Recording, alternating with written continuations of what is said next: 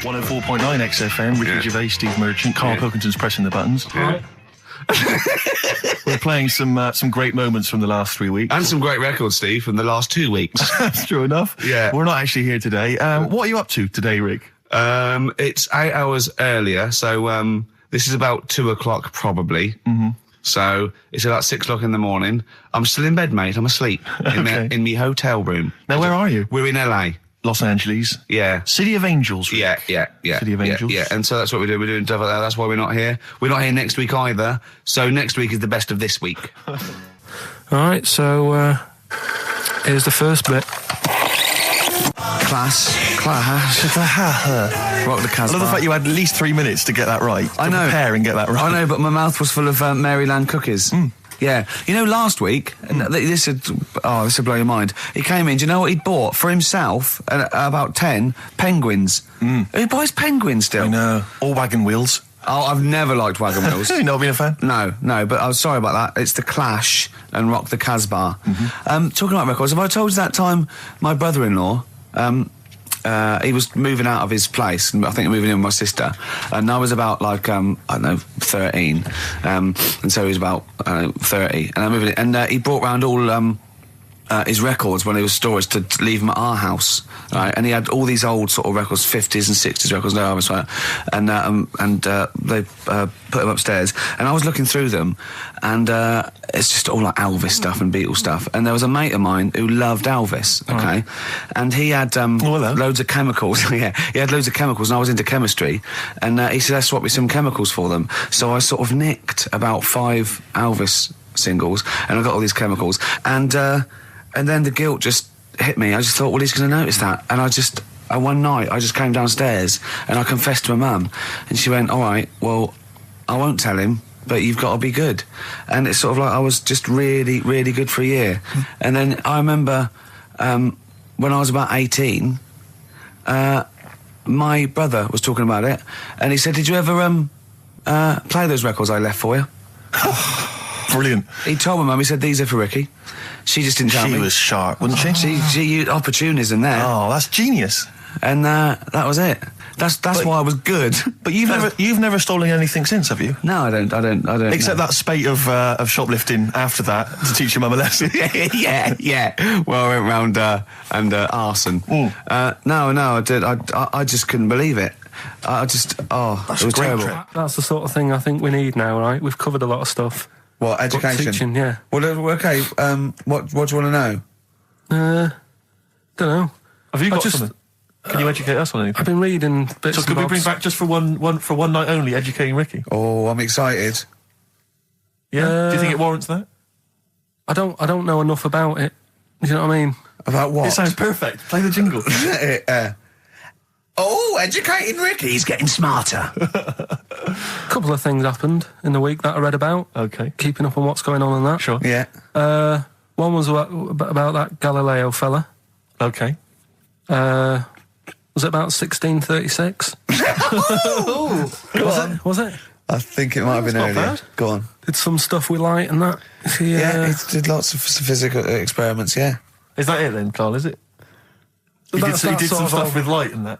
What did he do with light? What was that? Well, I think he invented the first... Telescope? Telescope. So I think it's a particular lens, though, and he did experiments where he dropped famously two different weighted balls from Pisa, and they hit the ground at the same time, showing that it doesn't matter, the weight doesn't matter, but air resistance does and stuff like that. I think he probably explained it a bit better than that. Yeah, but I'm talking to Carl. Sure. Did they need to know He's stuff? just thinking about pizza. Yeah. Did they need to know stuff like that back then? What do you mean, did they need to know stuff like that? It's just... There weren't people going around going, I've got to drop these two things off the bleeding tower of pizza. I just don't know which one's going to land first. Yeah, I need to know. What do you need to know about? Bring me Galileo. Yeah. It's for a bet. Yeah. No, but if I was knocking about then, I'd be like, stop messing with that. we need a telly, or do you know what I mean? I bet he thinks the Flintstones is real. I know. That'd be brilliant. That's what I'd do if I was a caveman. I'd make a telly out of rock. Yeah. And a pelican And a as car a that I cement just mixer. ran along the road with. Yeah, exactly. Yeah, we need a car. Yeah. Well, we haven't really got the internal combustion engine. Can you stick your feet through the bottom? Yeah, just get me a car, for Christ's sake. Anyway, so I learnt that. And then, What? You learned his name. Yeah. Other people I learned the name of this week. Oh, if a chimp could watch telly. Go on, Carl, go on. Brilliant. I love that. That's like a ride song or something. That's my favourite one. Ride-ish. Ride-ish. Feeder. Just the way I'm feeding on XFM 104.9. Rick, quick question for you. Go I'm on. thinking a lot of people maybe are tuning in for the first time because of the advertising campaign. Sure. Should we reintroduce Karl again? I know we've done this a few times in the past, but just worried that people are going to not really kind of get the measure of him. I'm Ricky Gervais. I'm the one off The Office. Yeah. Steve Merchant. He's not the one in The Office. He's not Gareth. Some people think he is. He's got a funny, weird West Country accent that actually Mackenzie was affecting for the role. Steve wrote it with me. He's the tall, lanky fella. Karl is our sort of, I say producer, but he's the one that pressed the buttons because I was Dog's too... body. Yeah, but I mean, it was just because I was too big to run the desk. Yeah, too like important, I used to have to do. Literally too big. You couldn't get behind there. Yeah, and then we discovered that, you know, he looked a bit like a boring sort of, all right, yeah, but then when we sort of, you know, poked him with a stick, he came up with, he doesn't realise, but some of the I think, some of the funniest extraordinary things I've ever heard. Say hello, Karl. All right. Yeah. Well, classics, I think, so far, that have gone straight to the list include, have you ever used a Y front correctly? Yeah. Brilliant. You never see an old person Eating a Twix. eating a Twix. These are sort of things. He's back on his campaign to get rid of jellyfish. Why is that, Karl? Oh, did you see the paper yesterday? Go on. There's a jellyfish, right? It's about 15 foot long, about 5 foot wide, and there's a fella swimming next to it. And the paper's going, oh, look at this we've found. There's loads of them in Japan. Yeah. And it's because the water's getting hot, so it's making jellyfish really big. Oh dear. How's the campaign going to get jellyfish get rid of them? What's your point about jellyfish? They don't do anything. There's no point. They get in the way. Jellyfish, yeah. It ruined me holiday because I got stung by one. Yeah. But you think the same thing about Liverpudlians, and we can't just go around, wiping out things that ruin your let's holiday. do the jellyfish first. And then we'll move on to the Scousers. Yeah. But yeah, I don't know what they do, and I'm trying to look on the internet. I've been busy this week. You're jellyfish now, not Scousers. Yeah. You don't know what I don't know what they do either. To sort of try and work out what would happen with the sea if it didn't work, because they say like if there's What? no. Whoa. See, Carl, this is what we're talking about. People who've listened for the first time, they've got to listen to every word you say. You want to find out what would happen with the sea if it didn't work? If jellyfish weren't in there, do you know what I mean? Because stuff like coral, apparently the sea would be in a right state if you didn't have any coral in it. Fish, do you know what I mean? I always worry about how many fish we're sort of eating. Because you go past... Sorry? No, do you know, like, you go in Marks and Spencer's or Selfridges... There's loads of fish in there. And there's really fancy stuff that you think they've killed that, and it looks good on the counter, pretty impressive. Yeah. But is anyone going to buy it? Yeah. Do you know what I mean? It's a big, like, a shark sat in ice. Yeah. And you go, yeah, they've got like, a lot of fish... For sure you won't go around the Tate Gallery. Do you know what I mean? I've never seen a big shark sat in ice in Selfridges. They do it. And it's like, you go in the morning and you can go back at night and the same shark sat there. Yeah. And it's... So you know it's the same shark, do you? It's the same one. So what, same face? Are you sure he just hasn't lost his mum? And he's just like, he went shopping with her Christmas shopping and he's just like, he's stranded, he doesn't know where, he's just waiting. You know I'm right. I've never seen a shark in Selfridges. Well, all right, then say maybe that's one day a week, but on other days they'll have like... Shark Monday. I think, Selfridges. Today at Selfridges is Shark Monday. Yeah. No, it's just that... So your point is that there's all these fish not being eaten. Yeah. So and they're being killed. They're taking them out of the sea, no one's eating them. And you're worried, that the sea's going to rise because the more things you take out? Well, we're just going to run out. Because the fish drink it, don't they? And that keeps the water level down. Yeah. No, well, you know what I mean. There's stuff that worries me. You're worried that... Was it you who said that you were worried that... Because, there's sponge in the sea. Yeah. But if they took it all away... No. Is that him? That's a Stephen Wright joke. Is that Stephen Wright? What was the joke? Sponges grow in the sea. That kills me. How deep would it be if they didn't? I love the fact that he confused you with Stephen Wright, who for a living purposely says ridiculous things. Yeah. Does that worry you, Karl? Well, think about that and play a record. What do you want? I'd love to. A classic, a beautiful song by Simon and Garfunkel, April Comes She Will. Now, you weren't speaking to Suzanne last week at this time because you said she had a haircut, probably quite an expensive haircut. She's a lady in media. She's got to look good. She probably doesn't go to the barber like you or just shave it at home. She probably spent quite a little bit of money on it. She came home. She thought, well, my sweetheart, my lover, my sweetheart, you know what I mean? The man in my life is gonna love this. Well, he adores everything about me. He's gonna love my hair. She walked in. Hello, Carl. All right. You look like Dave Hill from Slade. Is what Hugh said to the poor woman. And then talked about it on air. She was furious about that. So what did you do? Carl? She did listen, yeah. She wasn't happy. And she heard you slagging her hair off? Yeah. What so this is probably annoying her now. Well, no, it doesn't matter. We can do a lot today because she's at work. So, and of course, no one's going to tell her. Let's have a chat about a fat arse, shall we? Hold on. Oh dear. You are in so much trouble. That's. Look, he's realised he is a little bit worried. Oh, didn't you go and buy her a coat or something? Took her out on Sunday and treated her to a new coat and that. Yeah. But I offered, I said as well, I said I'd pay to have it done again. Oh no! Carl, you have... Oh God! Oh my Christ! So she listened to the show. What did she say? You got home, she'd heard you slagging her hair off. Imagine that. He thinks that's a good thing. So like, we've won the polls. Brilliant. What are we doing? Well, you can have facial surgery now, love. It's sort of like... It's just... Christ! You offered to have it done again. Unbelievable. Yeah. But I got home and she's like all being moody with me, right? Yeah. You thought something's wrong, so you must have listened to the show when I was slagging off her hair.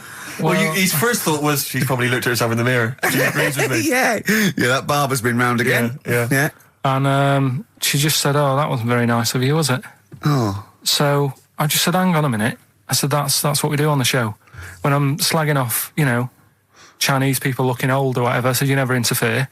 Sure. I love the fact. She's got to get her priorities right. I love the fact that she's in the same queue as a billion people you've never met. Yeah. That's fantastic. She's in the same queue. Well, look, you didn't complain when I was slagging off. Carl, I don't think Carl has ever admitted he might be in the wrong. Ever. Certainly not to you or I. So did you admit... That is so true. Isn't it? That is so true. He's never admitted that he might be in the wrong. So did you, in this instance, agree that maybe you'd overstepped the mark? No, I just said she took it badly. Do you know what I mean? It's only a haircut. Yeah. Yep.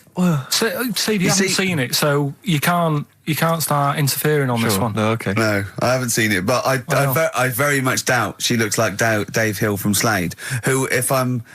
unless I'm mistaken, used to cut his hair with garden shears blindfolded. Well. So, you know what I mean? And did her teeth stick out and she started speaking with a Brummie accent as well? I've got used to it now anyway. So. And so did you bought... So at some point you came crawling back and you said, do you want me to buy you a coat?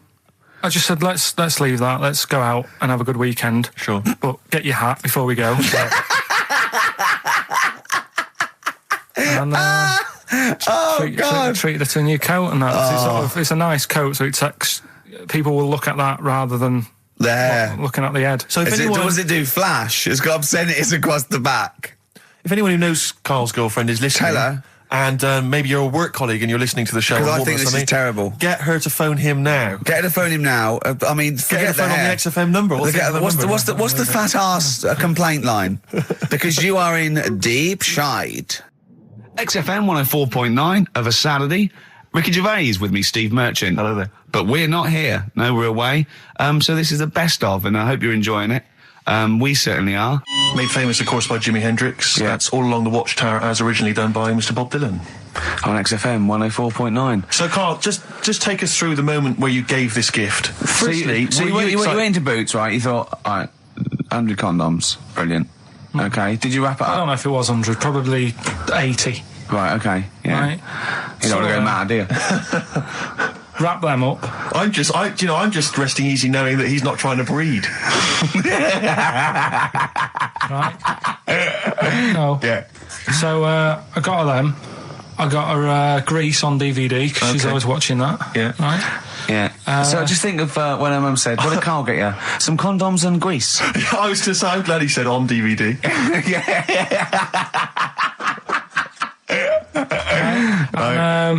She was surprised anyway, right? Because I bet she was. no, when she got she was thinking like jewellery. no, right? That showed her.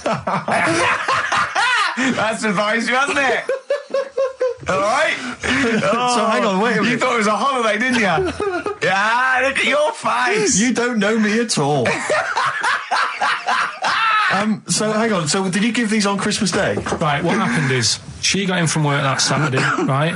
And I said, look under the tree. Knackered. Right? At least it's Christmas. Yeah. At least I'm going to get a little bit. I said, look, you got some stuff under the tree, right? So did you give her a sugar lump? Right, she was really chuffed with that. But she said she was a bit puzzled because I didn't know we had any wrapping paper, right? So I ended up using wallpaper. You didn't take it off the wall though. You had No, it was some left over, right? So she said, why have you used wallpaper? I said, well, I didn't have any paper and you were getting in a bit and I wanted you to have a surprise. So she said, can I have a feel of them? I said, no. Presents. You thought, right, I've got the right thing. Yeah. Right. And then Christmas Day, I said, no, don't get carried away. It's nothing really good. You know, we said we weren't going to buy each other much. So there you go, open them. Yeah, go on. And Can I just ask, had you received your present from her yet? yeah. So what had you received? What did he have? Had some shoes, Nice. right? Getaway game for PlayStation. Nice. I'm just totting up the value of this. those, Go on, yeah. And just also think about how much fun and pleasure you get from them. Yeah. Although, of course, condoms, I can see the Well, do see the appeal. Well, right. Okay. So yeah. I think But also add to that bit 150 quid for a meal. If you're going to start totting up, 150 quid for a meal. I bought some shoes, 72 quid. Yeah, that was after the event, though. Doesn't matter. All right, so you received these, dare I say it, thoughtful and nice gifts. You handed over the box of condoms. They were wrapped up. She unwrapped them. yeah. Go on, take us through it. Walk us through it. Well, it's not something you play with on Christmas morning. Oh God! Oh, right. But when she opened What them, did she say? What did she say? Well, I wrapped them twice as well, so she thought it was something really good. Extra Like, protection. Right. And So she thought it was something really good. and then So the disappointment would be doubled. Yeah, go on, yeah. then she just opened it and went, oh yeah, so what's on the telly? And that was that. Ungrateful. That was What an ungrateful woman that is. that. Well, she got stuff. Fancy not wanting I told her. a box of economy condoms from Boots. I said to her about the thing about, it's all about the surprise and that, innit? Yeah. You explained that to her? Yeah. What, after she'd unwrapped it? Yeah. Thoughtful. And she was all right about it. Yeah. She understood. Rick, I suggested to him that he buy his girlfriend a gift. I'm worried I've done more damage to the relationship by suggesting that than if he had just forgotten. Next time you've got to go shopping for her yourself, Steve. I think I might do. You've better go shopping for her yourself. I'm glad it's all over though. It's mental. Yeah. It annoys me. The whole thing annoys me, and she knows that as well. Yeah. She should know. What, she still insists on having Christmas once a year. Well, Wow. I'm no, but well, anyway, what did you get? I can't think what you bring to the relationship, Carl. I don't know what it is she's getting from you in this relationship. It's like she's doing all the work. 80 times. Oh God, God! I love it. You're brilliant. I know what she's getting. He's the. What? No, he's not thoughtful. No, but he's thoughtful. He's the best he can do with the brain he's got. Do you know what I mean? Right. He's doing his best. He's absolutely doing his best. There's no. He's working at the limits of his powers. Do you know what I mean? Though he's done as well as he can with what he was given. Sure. Yeah, and that's admirable. Yeah. It's like, I think he's done better than you'd expect. I bet his teachers didn't even think he'd get this far. Do you know what I mean? What, find a girl? No, well, yeah, a job, a girl. Yeah. Do you know what I mean? Clothing himself. He's done really well. What do you think, Carl? You think you've done well? I think I've done all right compared to some of my mates. What are they doing now? Probably not that much. Do you know what I mean? Mrs. Matthews said I wouldn't be an high flyer. I think I'm doing all right. Yeah. Do you know what I mean? I have a holiday every year. Got somewhere to live and that. Yeah. Got a new flat, haven't you? Yeah, so where are they then, the condoms? Did she show them to her family and friends? No. Take them into work? Look what I'm Carl's got. surprised she told Ricky, actually. I was a bit disappointed in that. Yeah. Because I didn't go shouting around. Well, she was so what I got. excited, Carl, clearly. She was just so pleased and proud. All right. Play records. We come back to it. No, that's it now. Rick, you may remember that last week we opened with some quality knob news. Knob news, yeah. It was Hitler's knob. Hitler's knob was one of them. That just sparked off into a whole bunch of other knob-related discussions. Yeah. And I'm pleased so far to see that we're almost at the halfway mark for this first hour. And so far we've only talked about nudity and/or todgers. Yeah. So excellent work from us. Well done, lads. Yeah. I'm looking forward to Dr. Fox and the rest of the Sony award committee listening to this one. Yeah. But more knob news. I don't know if there's a jingle for that, maybe. You nearly had me eye out. Knob news. Knob news, excellent. This is an extraordinary story. A woman tried to sue her bosses for £210,000 after finding a cooked penis in a canteen stew. Hospital cleaner Sophie something, I can't quite pronounce that name, was eating goulash for lunch and could not cut one of the lumps of meat. Oh, you can see where it's going. I've got so many questions already. I know. She picked it up and tried to chew it, but it was too tough. Then she inspected it with workmates, who all agreed it was a penis. Imagine that discussion. Yeah. Miss McLata said she vomited for the rest of the day, instantly became a vegetarian, and had to have psychiatric help. It's not known whether the organ was from a human. The case continues. Well, it can be found out, so that's one thing. Obviously, the doctors aren't confused. They're not going, I don't know, I've never seen one like it. Yeah. Also, why is she eating goulash? I know. I mean, that is my first question. Why? You got lunch. Oh, what do you want? I don't know, I fancy some goulash. Yeah. Oh, some gooly lash. Gooly lash, Thanks very like much it. indeed. Lancashire cockpot. Oh, is on the menu. Brilliant. Only £5.50. Wangers and mash. I'd love some wangers and mash, please. Cock o' van. Cock o' van. It's already done for There's wangers and mash, cock o' van, Lancashire cockpot. That's just off the top of our brains. Yeah. So if you've got any of your own, keep them to yourself. We're not interested. What do you make of that knob news? And it's in a hospital. Oh, yes, it was a hospital cleaner. You're right. Oh, cleaner. God. I know how your mind's thinking already. There's been a mix-up. What kind of mix-up? I love that. What, some bloke's gone in, some lesbian's gone in, wanting a sex change. She's got a carrot for a cock. Bit of stewing steak. Stewing steak. Oh, that would be great. I just wish we could maybe tape the bits we're not on air, just because that's when Karl comes into his own. Yeah. He just said to me, I don't know what I was doing, I was sort of like pottering around, dancing around, doing something annoying probably, and he just looked at me, I don't know, and he was looking at me, and I looked back, and he went, have you ever used a Y-front properly? Genius. It's a great question, because the answer is definitely no. Definitely no. Does anyone use their Y-front properly? And by that, I mean, get your winky out of the little sort of slot provided, as opposed to like put it to one side or pull them down or whatever. Has anyone used a Y-front properly? I don't think I've ever done it. I don't think I've ever done it. I've never seen anyone in a toilet doing it, Rick. We should be looking. I wish I hadn't said that. I caught you. Really? Yeah. That's actually how you prove people are gay. Yeah. Get them into this conversation. Yeah. Yeah, it's a trap. Yeah, it's a trap. It was the trap. Yeah. I'm not gay, by the way. Yeah. You didn't prove I was gay. I double bluffed you. Yeah. As I knew the old gay trick. I thought it was the old gay lord say no thing. That is another method. Yeah, there's innumerable methods of doing it. That's how Oscar Wilde was caught. Yeah. Yeah. What happened there? Well, the judge went to him, did you see that film last night? Gaylord Say No, and he went no, and they went take him away. Yeah. Take him down to the cells. Yeah, take him to Reading. It is true. It originated in America. Yeah. So many of these things do. It's a brilliant point, Karl. I'd like to hear from anyone listening who's, and I mean, they'll just lie, wouldn't they, I suppose? Yeah. I don't even use sort of flies. No. Usually. I sort of pull my Y-front, my sort of tracksuit. So that's why I wear sort of like elasticated waistbands all the time. Exactly. Just sort Speed. of like... Yeah. You got to get in there with the minimum of effort. Yeah, and out. Sure. Often I won't shake. No, no. To my detriment, because it often leaks out a little bit later, doesn't it? Ever been out on a date with a girl where it's just trickled down your leg and you wish you hadn't, and you're thinking, what if she gets my trousers off later? She might smell or see it. What? What? I don't know. I don't know what I said there. Right. Darkness growing on me. Love that. Love the darkness. This is the Best Of Show on XFM 104.9. I'm Ricky Gervais, with me Stephen Merchant. Yes. I hope you're enjoying the Best Of. Couple of emails. Monkey Matt's emailed us. Who? Monkey Matt. Oh, Matty, yeah, go on. Yeah. He says... How's the Munster? He's all right. He says, Karl has missed a cracking headline from The Sport.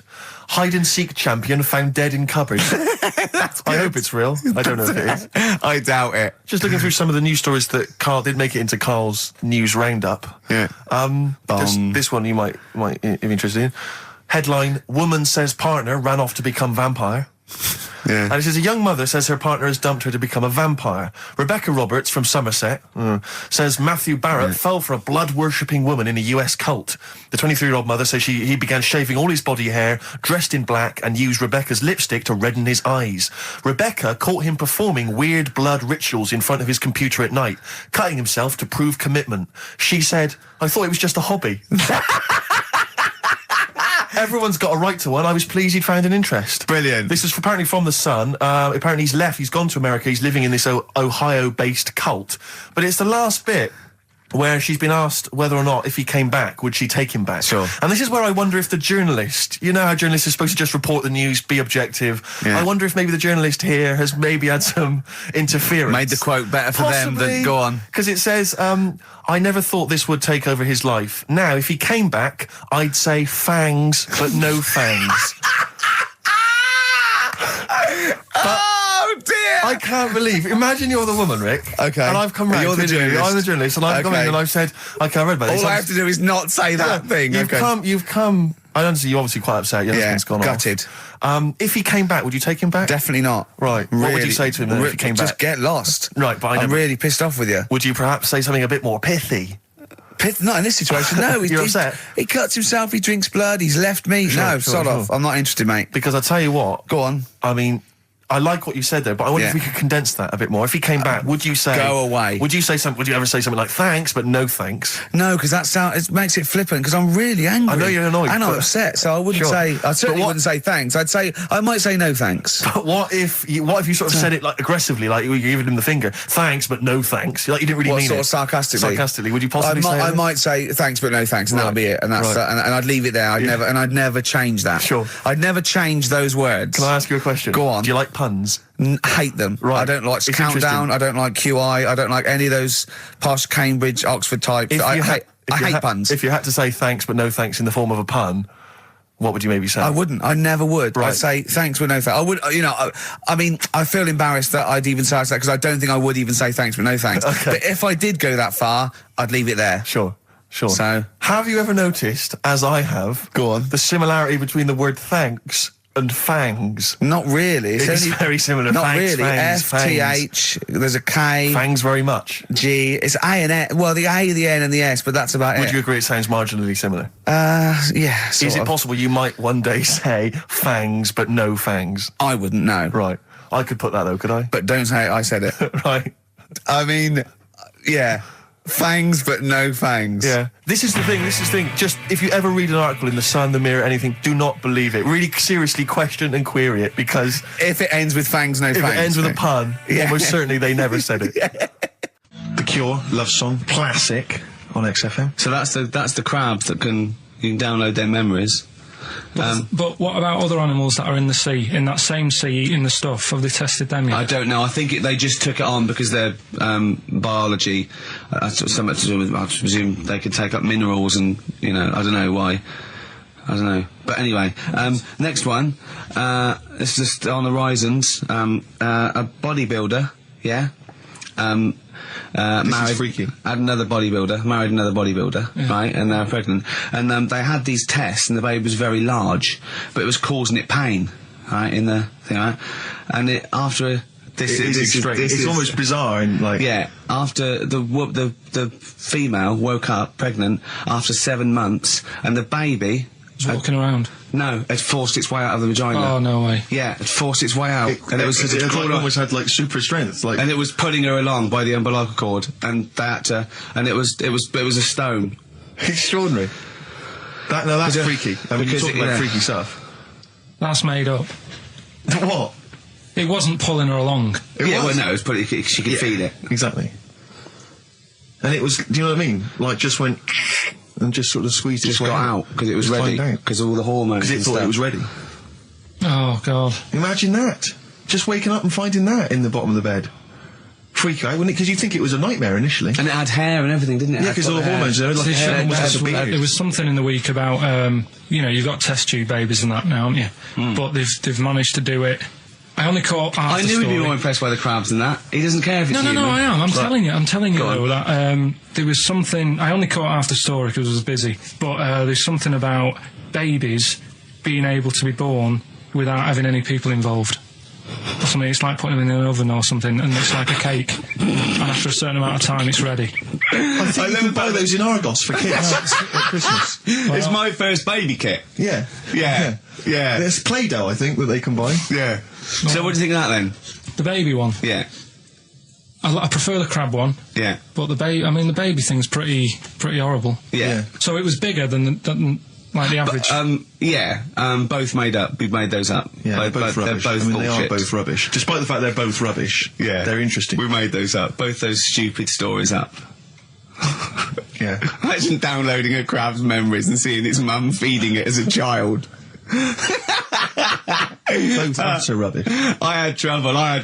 Yeah. I know I was going to have trouble with pushed its way out of the vagina. Yeah. I practiced that about 30 times yesterday with Stephen. I was going, I'm not going to be able to do it, mate. Yeah. I'm not going to be able to say that. Yeah. Are you disappointed? A little bit. The baby one's a bit sort of out there. Yeah. I wasn't really having that one. No. But the crab one, See, now, what's interesting, I think, is a useful experiment, Carl. I don't know what it's taught you about yourself, but would you say that that's revealed to you a certain thing? I don't know, maybe that you're a bit gullible. I mean, what I'm saying is maybe you shouldn't accept or swallow hook, line and sinker everything you read on the web. You got to think maybe a valuable lesson? I feel bad because I said to Steve, he won't be annoyed that we conned him, he'd be annoyed that they're actually not true. You'd love that crab thing to be true, wouldn't you? It wouldn't surprise me if it did happen one day. Sure. Yeah. So, and then he'd laugh. And it's in the break when I said about the crabs, well, I'm keeping them then. Yeah. Yeah. Tell you a job I don't like. What? I wouldn't want to be doing. The woman, there's a little woman who sits in the little snack stall on Finchley Road station. Yeah. And I don't know how to describe it really. She is surrounded by snacks. She can't move for snacks. It's Does like, it look like American Beauty, but with different... not dissimilar to that. Yeah. It's a little hut on the station. And it's like, if you go to the seaside, you can put your head through one of those cardboard cutouts and it looks like you're a big fat person or whatever, and you can have your photo taken. It's like an equivalent of that, but it's just snacks everywhere. She's got bananas up to her chin. She's got chocolate coming down to her eyes, crisps either side of her. She can't move. She can't do 360 degrees. She's like packed in there. I don't know how she gets in there. I think they put her in there first, and they pour in the bananas. Yeah. Then they go pour in the nuts. She has 2 hours of makeup before they open, dressing her in there. Because I'll ask for something from the fridge, and she cannot turn her head to see. She has to go by feel alone, just to feel the fridge and get stuff out and pass it. And often I'll say, that's not what I wanted, but she can't. You've got to let her off. It's extraordinary. Dear. But there's no music playing. Does she have to sell her way out of it? Exactly. If it's a slow day, she's stuck there till the next day. Yeah, it's like a world-breaking attempt. Yeah. Carl, what job wouldn't you want to do? Well, any job. You're a lazy... You're joking, aren't you? I've done loads of stuff. I'm quite happy now doing what I'm doing. Yeah? You look happy. I think You sound happy. Yeah, I mean, calm down. You on drugs? I'm all right. Are you on happy E? before England have won and that. I'm happy for them. Yeah, go on, happy for them. I'm happy in that. Yeah, what do you mean happy for them? We are England. Happy for us. Yeah. I mean, we didn't play. I did very little towards it. No. It was mainly Johnny Wilkinson. Yeah, I barely contributed. Switching on the TV was about as much as I did. Exactly. And shouting, come on! Yeah. Talking about jobs and that, though, I was reading the other day about... rubbish jobs that people have had and stuff. I haven't got time when I'm at work, man. I just get on with it. I'm not squiddly diddly. Fingers in pies, different jobs. Go on. Do you know Ivor the Terrible? Ivan. He, his Russian... Yeah, that was the Welsh fella. It was bloody awful, but not as bad as his Russian cousin, Ivan. Yeah. Go on. He had a fella doing some work for him, right? This fella built his house. After it was done, right, the terrible fella was like... fella Ivan. He was going, it's brilliant, you've done a good job there. Yeah. I don't want you to build another one like that. Took his eyes out. Just stopped him making an house like that. Another one? Blimey. That's bad, isn't it? Why didn't he take away his trowel? Then he could have seen, but he couldn't have built a house without a trowel. You can't build a house without a trowel. Yeah. I suppose he probably later thought that once he'd been nicknamed Ivan the Terrible. Yeah. He thought, why? Because you gouge people's eyes out. Yeah, but I didn't want to build another house. I know, but take his trowel away. What would I have been then? Ivan the Crafty at most. Exactly. Yeah. Ivan the Jealous. Ivan the spoilt brat. But yeah. Gouge someone's eyes. That is bloody terrible. I'm surprised you're not called Ivan the... Do you know what I mean? You're going to get on in history like with Vlad the Impaler. Yeah. He's mainly remembered for impaling people. Yeah. He did a lot of other stuff. Did a load of great charity work he did. The impaling is the thing that's really gone down in history. When were you reading about Ivan the Terrible? No, it's just... Or Ivan the Terrible is the thing you remembered from this informative article? No, it was just little bits like that. Talking about him, there was a thing about someone who worked for... That fella who painted the ceiling. Sistine Chapel? Yeah. There was a thing, a woman who worked for him in his house. And I love how you assimilate information when it's just bordering on the academic or just the interesting and true. It's wonderful. Ivan the Terrible gouged someone's eyes out because built him an house. That fella who painted that ceiling had a woman work for him. Imagine if you wrote that down in an essay. Imagine if you wrote that in a school essay. Well, you'd probably end up with not getting a grade or thinking you trained up to more than you had. Exactly. Anyway, the woman who lived with... Yeah, the woman who lived in a shoe. Go on. Yeah, there was this woman who lived with him and she used to go out and do all this shopping and that. Yeah. But because she couldn't read or write, he used to have to draw everything that he wanted. Why couldn't he just tell her? I don't know. No, wait. That's an excellent point. Could she talk? Yeah, but if it's a big list and that, loads of different coloured paints. But why couldn't she draw on a piece of paper? Why did he have to do it? Because he's a better drawer, isn't he? That's the point. That's it. We were just looking for the logic of the story. You found it. You've done it. Play a record. He's a better drawer. Oh, that was great. That was very, very funny. What a wonderful clip that was. I enjoyed it. Do you remember that? Yeah. Wow. It was a few weeks ago, wasn't it, really? I think it was last week. We'd have to have very, very bad memories not to remember that hilarious clip. I'd like to hear that again maybe in a couple of weeks' time when I'm away. Yes, absolutely. It's embarrassing, isn't it? Mm-hmm. And but the good thing is, on telly, I feel a bit guilty about putting out shoddy rubbish because I'm getting paid an awful lot. Yes. But here, I don't give a They can bleep that. They will do. Well, I didn't really want to make it a Christmassy type show because I don't really like it. Oh, he's done it again. What, you did Christmas once, didn't like it? No, my dad always said... Oh, right, steady on. Dad said Christmas morning was for for me. So he used to stay in bed. So he never... That's brilliant. That's a great thing to say, isn't it? Yeah. Christmas morning's for you. Run wild. Do what you want. Just don't bother me. I'm going to Honolulu for 2 weeks. That's great. Dad, it's Christmas. Do I have to do anything? No. So my mum used to get up because she used to like to see my face light up, when I open my presents. And then... to give fireworks. And then I'd have to go to my bedroom from about 6 o'clock onwards because my mum and dad were into having big Christmas parties and I wasn't old enough to go. Right. So they'd say, right, you've had your fun there, you go up to your bedroom, stay in there. Really? Yeah, I remember one year, right, I got a train set, that's what I wanted. Yeah. Right? It's brilliant. Playing with it all day. I thought, I don't mind about the party, I'm happy staying up here playing with this. Brother comes in, he's had a few, right? He's going, give us a go on your train. How old is he? He's a bit older than me, so he might have been let's see. Well, let him be 18. Probably about 18, 19, something like that. I had a train set, so I don't know, about 14. Something like that. Yeah. Right, so I'm playing on that, loving it and stuff. And then he comes in and goes, give us a go. He turns the transformer up to 14. He went really fast for about 5 seconds, broke it, and then he went back downstairs. Wow. So Christmas, I hadn't even got... Sounds Christmas like Day. the Conservative government with British Rail. Satire, that is. Satire, Rick, I just thought that there's satire. If there's any satirical shows listening or magazines... It doesn't work in any way, because there's the analogy falls down apart from there being a train. Think it through, though. British Rail was trains. Yeah. And the government broke the trains in many... Well, they didn't break them, not officially breaking them, but they kind of... It does work. It's perfect. Oh, I'm very pleased with that. And I can't... And no one's asked him to be on Have I Got News For You. It's weird, isn't it? Because it's strange, that. When you've got a satirical mind that's as quick as that. Yeah. And he's broke your little train set. So what did you do? I just watched telly and had some sausages. I bet you were happy with that, though, weren't you? It's just a bit annoying, though, isn't it, when your main present of the year's been broke. And did it ever get it fixed? No, that was it. Put away. I'm intrigued why your parents wouldn't let you come and join in the festive fun. Was it like really debauched down there? Was it like eggnog everywhere? Well, no, but I mean, that's fair enough. 6 is a little bit early, but I just think, you know, if you're a kid, you know, he had his fun, put him to bed at 8, maybe. And do you think so on Christmas Day? I thought that was a day for family. Well, not if there's a party going on. Well, don't have the party on the Christmas Day. Well, that's another option. Yeah.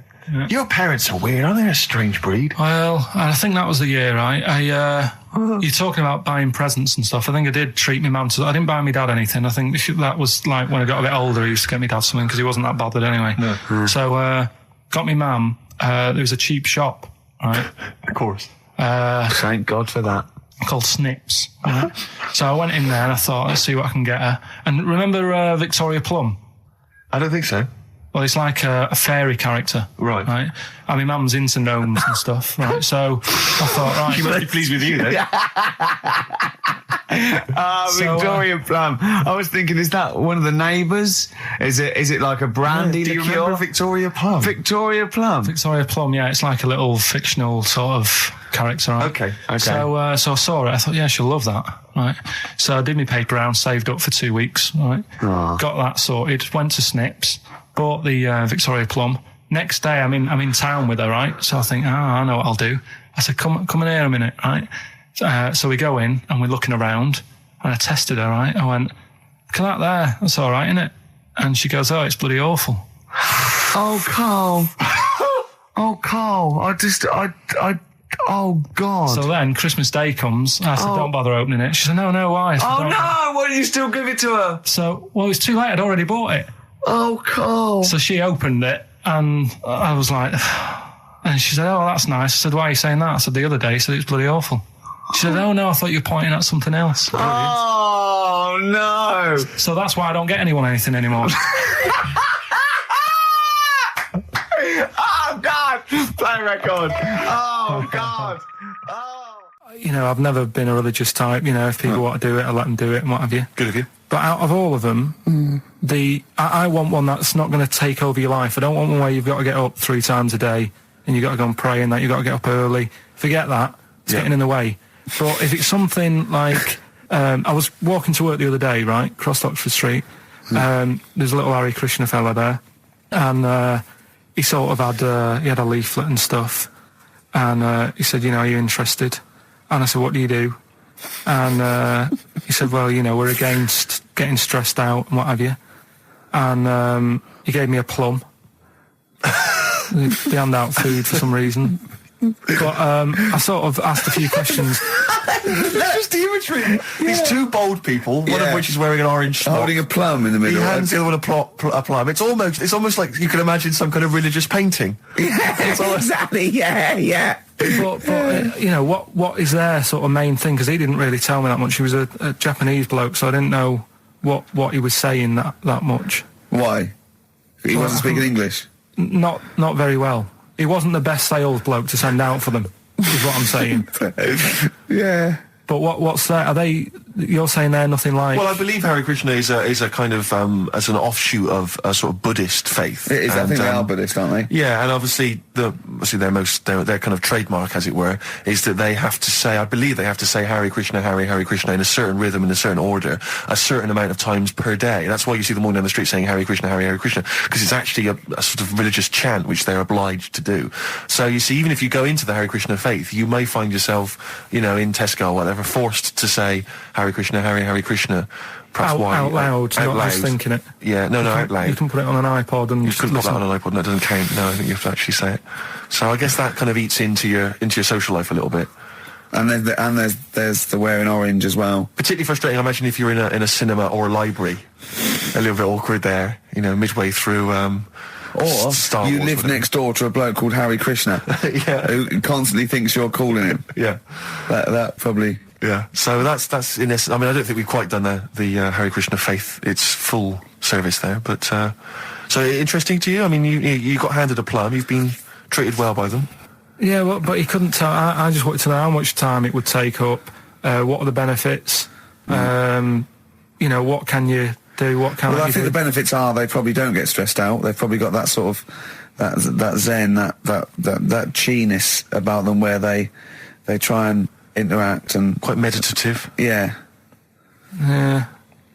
I've got some nice trainers as well, don't they, with their orange. What are you looking for then in a faith, Karl? You say what are the benefits? I mean, obviously Catholicism, you get the communion wine and bread, so... Yeah, but I can afford that. Right. Probably, just I like the Crusaders. I was forced into joining that as a kid, because a mate sort of joined it, and he sort of said, "Are you joining?" I sort of swore at him. I said, "I'm not doing that." Right? Yeah. He said, "Right, if you don't come with me, I'll tell your mum that you just swore." So I was like, "Oh." So I went. So I went along, and I used to just go on the Friday when they played, Sabutio and stuff. And then I went on one Sunday, and it was totally different. There was no Sabutio. There was no sort of table tennis. The thing where you hold a thing and knock things over. Skittles. There was all that on a Friday. Went on the Sunday. It was rubbish. He said, "Right, sit down in this room." They gave me a Bible. Thought, this looks too heavy, this is too big, I'm not interested in this book.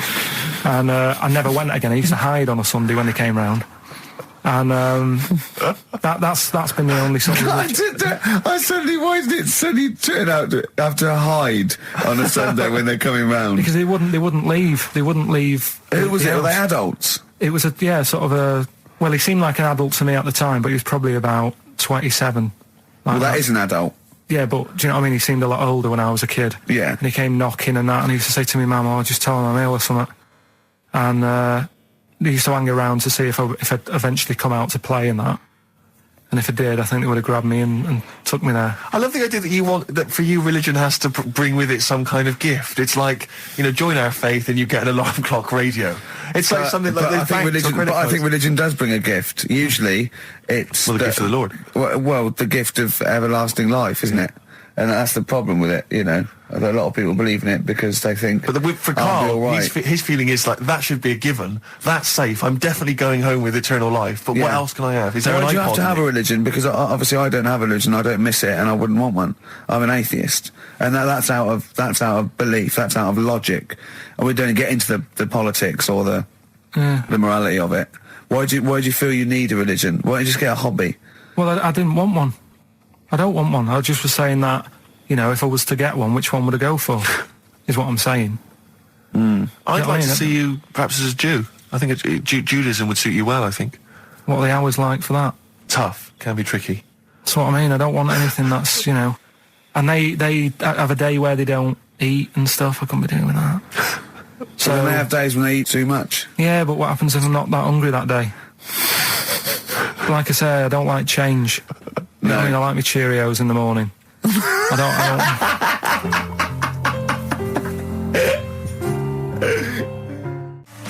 That was Radiohead and They're There. We're Not Here, all right? Pre-recorded. Coming up is one of Karl's little things. Enjoy it.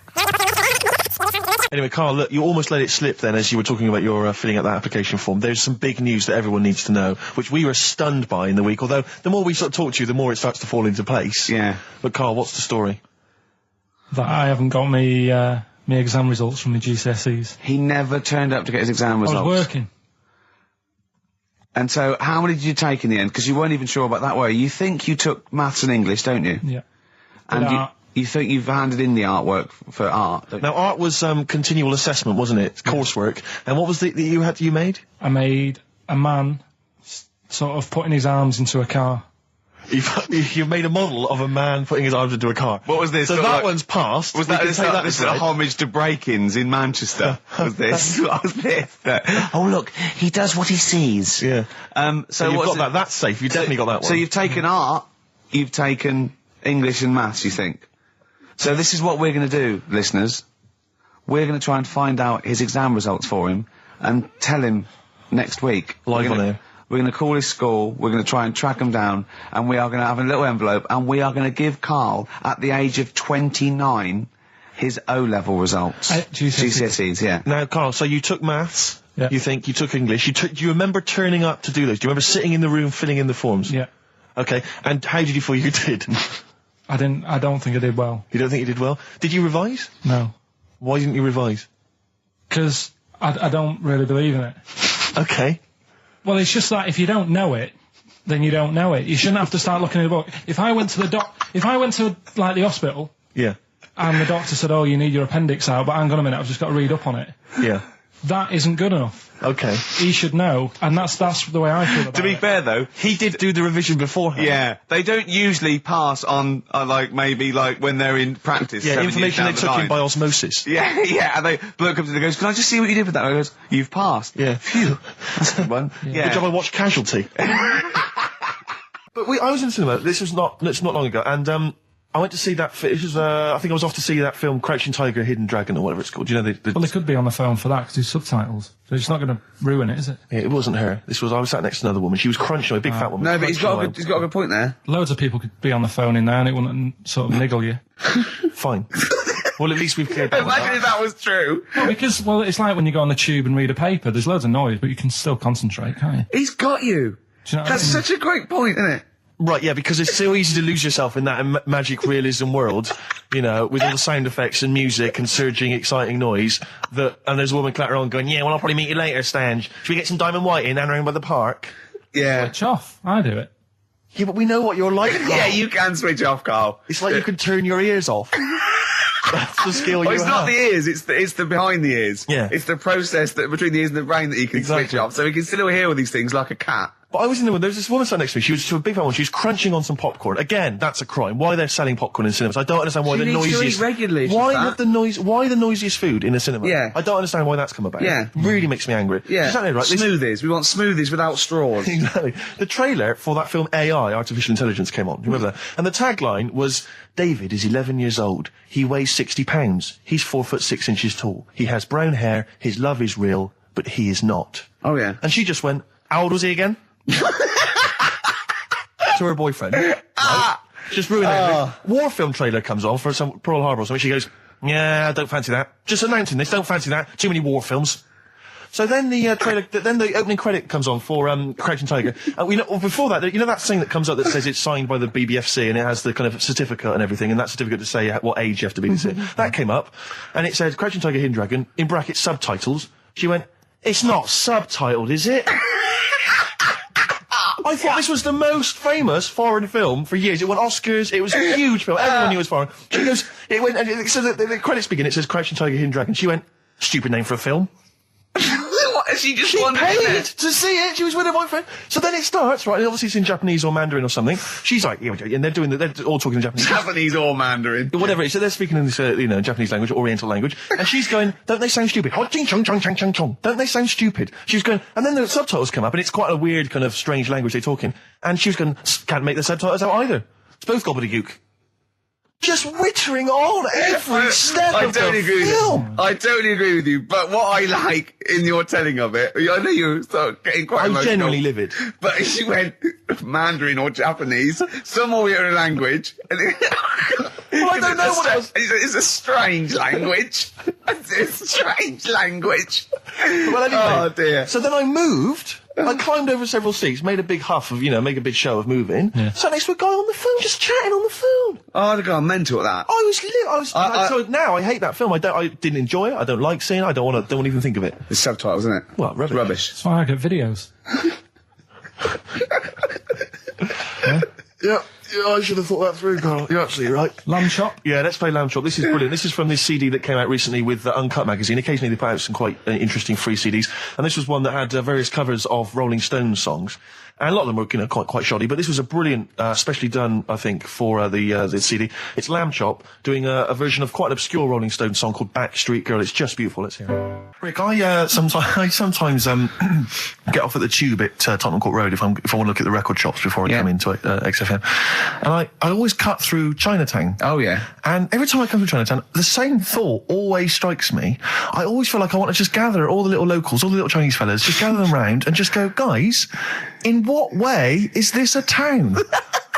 It's not, is This it? is not, at best, what you've got here is a novelty street. Yeah, Gerrard Street is not a town, No, mate. it's not a town. You've had this here for like 100 years. It's not expanding. Yeah, yeah. You can't just call it Chinatown and claim it's a town. If I was them though, and you did, I go, what are you talking about? It is a town. It is a town. It's What, our in what town. way? It is a town. It's our town. We got all lots of stuff. Where's your church? Where's your mayor? We needed. We got a betting shop. Not enough. It is. See, all you've got here is restaurants. No, that does not a town make. no. Got a little supermarket with snacks. What does it sell? Snacks. Specifically, I would imagine crackers. Yeah. Do you want to buy a dragon? Do you want to buy an ornamental dragon? If I wanted to buy one, this is where I would. Do you want to buy a gold dragon? Is it made of gold? No, it's made of plastic, but it's sprayed gold. Do you want to buy that? It's not a town. It is a It's town. not a town. Yeah. And it annoys me because when I first came to London, I genuinely thought Chinatown was going to be this amazing, what they've got there is You'd hear a gong and every time we went in there, and right? there'd be rickshaws and people walking on those little sort of wooden shoes. You know those ones? They're brilliant. They are just clumping around in them, but nothing. It's nothing. It's just. Yeah, exactly. Yeah. It just reminds me of, have you ever been to any of those sort of museums? You tend to have them up north where they've got you sort of sit in a little cart and it sort of rides you through kind of, I don't know, it might be Newcastle, the Victorian era. Yeah. Can I have half a pound of those sweets, please? Exactly. Of course you can. If there were some animatronic men, it would just be an exhibit. Yeah. Their concession to being 100 years ago is that there's some scales in the shop and there's a horse outside. Yeah. That's it. That's it. Exactly. Yeah. The traditional sounds and smells of old England. And the voice of going, of course, there was no television. Exactly. Amazing. Yeah. Amazing. Brilliant. Yeah. Welcome to Chinatown. Ding, ding, ding, ding, ding, ding, ding. So it's not, it's a good point. Is that a piece of traditional music? Ding, ding, ding, ding, ding. Yeah. Is that some traditional Chinese music, or is that music that someone in this country wrote, thinking it sounded like Chinese music? I think it was the Vapors, wasn't it? Oh, is that what it is? That? Because it sounds so, that's the music, isn't it? But are you sure they didn't take that from some other source? It's that pentatonic scale, isn't it? What is it called? It's the black notes on the piano. Right, that's the one I can play along with EastEnders. Yeah. Do you know what I don't get with it? Go on. Chinatown. Yeah, Chinatown, because I always walk through it on the way to work. A couple of things annoy me. First of all, I think it's bad business, just because if you've got a Chinese restaurant, put it somewhere where there isn't any others. It's a good point. Yeah, but it's also a community. They're not just a theme park for other people. I remember going out one night with Suzanne and some friends, and you got there and there's so much choice. It's that dilemma of, forget it. Well, and not really. Specifically, do you fancy Chinese? Well, no, but why don't you go to the one with the dead ducks hanging in the window? That's my favourite. That's the other thing as well. It's like, normally you put your good stuff in the window. If that's what's in the window. Yeah. Right? Yeah. And the other thing that annoys me, walking through it today, there's always lard on the floor. What, in the street? In the street. It is, honestly. I'm scared I'm going to slip over. It's because all the restaurants and that. But why is it? That's another point. Well, it's not oozing out of the restaurants. No, but why is it? I don't know what they do. Careful. Listen, no, but why is That's why they used to wear those little wooden shoes. No, okay, we've got... No, but the thing is as well, they try and wash it with water, which doesn't work with lard, and it's like oil. Famously, yeah. You know what I mean? Even I know that. Yeah, you've got to scrub it. So, you think sorted that out. Yeah. You think they'd know, wouldn't you? Yeah. All right. Anyway, thanks for your thoughts on Chinatown, Carl. Chilly weather, why not put on a cardigan? That was the Cardigans. And for what it's worth, a lovely tune there. That's a joy. We should definitely talk like that more. XFM 104.9, Ricky Gervais, Steve Merchant, Karl Pilkington, all right? All right. Yeah? Well, we've got a jam-packed show today. We got so many we got more features than Carl's got on his face, which is about the same as Morph. Yeah. Very few. It's just really a head, isn't it? A little. That's where I've seen him before. More. On Take Heart. Yeah. We've got Rockbusters. That's Have we? still no, going no strong. more feelings on that. No, but he's said he's going to buck his ideas up. We've got chimpanzee that. Carl finds an amusing monkey or ape related story. We've got Khan in a film again. Right, excellent. Yeah, I've had a lot of great response from that, Carl, on the internet. It was my favourite thing we've done. People raving about that. So can we say what the film is this week? Excuse my French, we've got some bloody great music. Oh, pardonnez-moi. Wow, I don't know, I can't speak French. Shall we try and start? Well, I'll just give you a taste. We got Oasis, Cardigans, you just heard there. We got Lloyd Carl, we got a bit of Pretenders coming up, Eminem, Feeder, Coldplay, all the greats. Can I play you some TJ's Fan Club later? Yeah. What should we have now? Oasis. Go on, Yeah. Brilliant. Oasis and Songbird. It's a nice little ditty. It's alright, yeah. Of a Saturday. Yes, thank you. XFM 104.9, Ricky Gervais, Steve Merchant, Karl Pilkington. I think we should go straight into it, Karl. I think we should do the competition. There's Karl in the corner. It seems a little premature, doesn't it? Do you reckon? Yeah, I think so. It's so good. We should tease it out of them. Well, it's a big thing. It's just that I've got absolutely nothing to say. Sure. So I haven't really... Well, I mean, like, often I know you all have spoken to Karl in the week. This week, for some reason, I've been speaking to him. Oh, right. I spoke briefly to him about Michael Jackson and the documentary. Yeah. Now, of course, I thought that was extraordinary. Amazing, I asked Karl's piece opinion. of work. Yeah. And he didn't mention to me the fact that Michael Jackson likes to climb up in trees. No. He didn't mention anything about his bizarre relationship with children. He didn't mention anything about his obsessive billionaire spending sprees. Right. He didn't mention anything about the mannequins he has in his thing, or the fact that he drives around his sort of 7 hotel suites in Las Vegas in a little kind of old people's scooter. The only thing of note for Karl was he said to me, "Did you notice how big his hands are?" I'll tell you what, though. I did. What? How you look at... The man's got, like, a face that he's had reconstructed. Well, I can't say that's libelous. Yeah, he hasn't. He's got an he's had two nose jobs. Yeah. And you're looking at his hands. But I think it's because you look at him and he looks a bit like... there's a bit of androgyny there, but it's sort of like it is quite a petite sort of old lady's face in a way, but then you see these labourers' hands come out. That's always the way with a tranny, isn't it? You know what I mean? Well, you can't accuse him of being a tranny. No, he's not. No, he's not. What are you saying? I know he's got enough issues. Now you're accusing him of being a tranny. I like him. I thought he came out that brilliant. I thought it was really... I really felt sorry for him. No, I think... He cleared up a few things, as far as I'm concerned. I thought it was a fascinating piece of work. But, I did like the shopping spree. That was great. Extraordinary. Because he's just got going around just pointing. I know it was bad taste, wasn't it? It was like one of those bizarre shops. Yeah. You know what I mean? There's anything, sort of a gift shop, but they're trying to make it look like Ming. But if it's sprayed gold. If he'd been living in a trailer park, he'd have been ordering, one of those porcelain dolls dressed like a Harley Davidson rider, or an Elvis commemorative plate. It was the kind of billionaire equivalent of that. But the hands were a giveaway. It's the same as those sort of transvestites.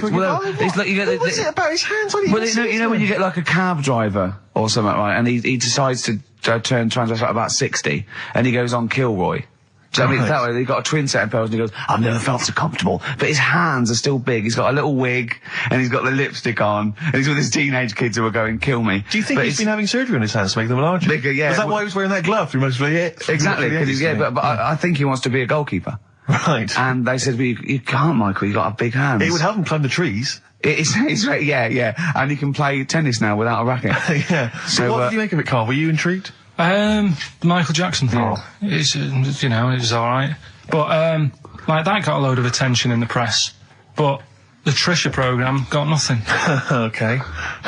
Which, I know, Steve called me up in the week, right? 10 o'clock in the morning, I was at work, and he goes, you think so at 10 o'clock? Preparing this show. Most people go to work about 8, 9. You're watching Trisha and that? I said, no, what is it? He goes, oh, you'll be loving it, right? Freaks. Was it, Help Me, My Mum's a Freak? Siamese twins. Right. So I couldn't watch it, but he said, it might be on again, because they repeat stuff on ITV2. Right. So I had my dinner late. Instead of having it at 1 o'clock like I normally do, I had it at 2:30. Yeah. Sat in the office, put the telly on, ITV2. These Siamese twins. Did it blow your mind? It was amazing.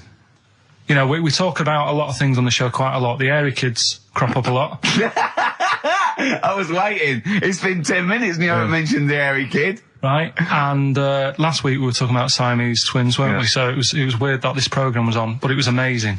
I mean, what I think you can't refer to them as Siamese twins. I think they're known as conjoined twins. Why? I think Siamese is maybe considered derogatory or as an old antiquated phrase. Yeah, I think it's because the first famous ones were actually from Siam. Right. And that doesn't exist anymore. No, it's conjoined, Karl. Yeah. Get the phrase right. But you think that if that's happened to you, that wouldn't be that sort of offensive. The names that you must get called. Right.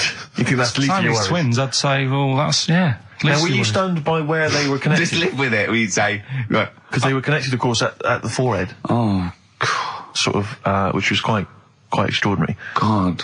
What if one had bad breath? That wasn't a question that Trisha asked. Annoyingly, because I know that much of the audience was thinking that. There's a few things that didn't crop up. What questions would you have asked of them? Because what things did you feel weren't mentioned?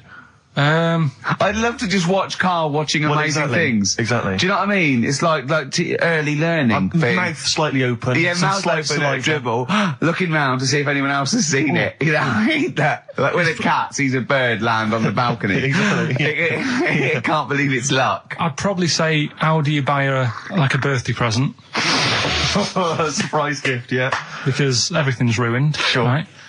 I'd probably ask... yeah. Well, did you not think it was interesting that one of them had a boyfriend?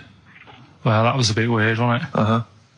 But what was the other thing that I was thinking when I was watching it? I was thinking if one got into crime and that was sent to prison... Right. What would happen? How would you handle that? It's brilliant. It is brilliant. If a chimp could talk. And what was the other one? The other thing was, what did he talk about? Because it's not as if you can say, oh, guess what I did today? Do you know what I mean? Yeah.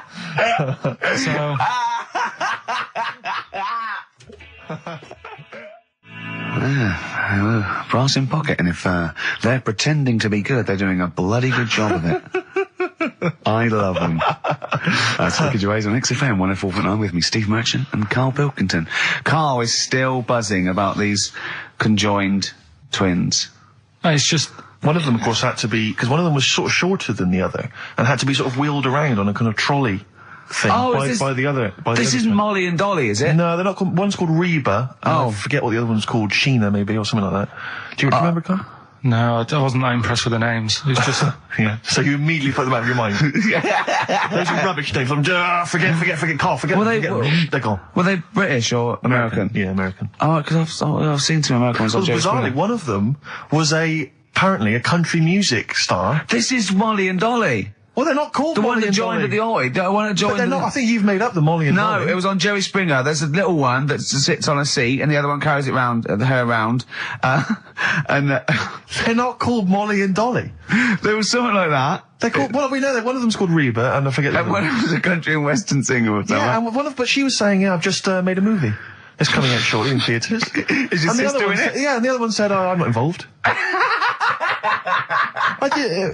It's utterly bizarre because they live there. They work so hard to live their lives separately. Yeah, they say it's all. Yeah, exactly. of course. So, Yeah. They try not to. So she's talking about her music career, and the other one's sort of not taking any kind of credit for it, which is nice. It's weird though, because when she was singing as well, the other one just stands there. She doesn't join in. She doesn't sort of dance. Offer backing vocals. Do you know what I mean? Make a group out of it. Yeah. A duo. Yeah, well, but it seems like we're sort of being horrible, but we're not. No, we're not. I mean, it's a really bad we're thing, laughing at Karl's amazement at this phenomenon. Sorry, I just got to say we're not. You know, taking the mickey. The really weird thing about all this, right? And it's annoying because you were saying about, what should have Trisha have asked and all that. Yeah. But one of them mentioned that one of them was adopted and the other one wasn't. Don't talk rubbish. No, seriously. I didn't understand it, right? Of course you didn't. And then Trisha sort of said, well, let's have a chat, and they were like, no, I don't want to go into that. What do you mean one was adopted? That's what he said. One of them...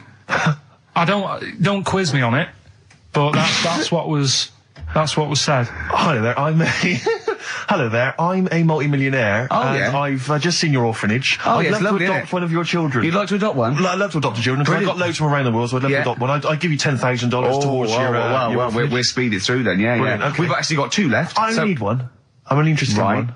Yeah, I don't need any more. Don't need any more. They're sisters. I know it would be tragedy to break them up, but I really only need one. Now break it up. There's the rub. You see. Sure. You just need the one. It's $10,000 now. You can have that. I'll sign it now. But I don't want to discuss it further. I'll bring it around.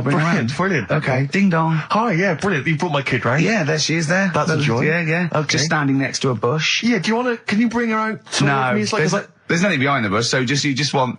I just want to be able to walk 360 degrees round her. Do you want her or not? Yes, I can't believe it! What's that little trolley? He's talented. Oh, dear. You're talking nonsense, Carl.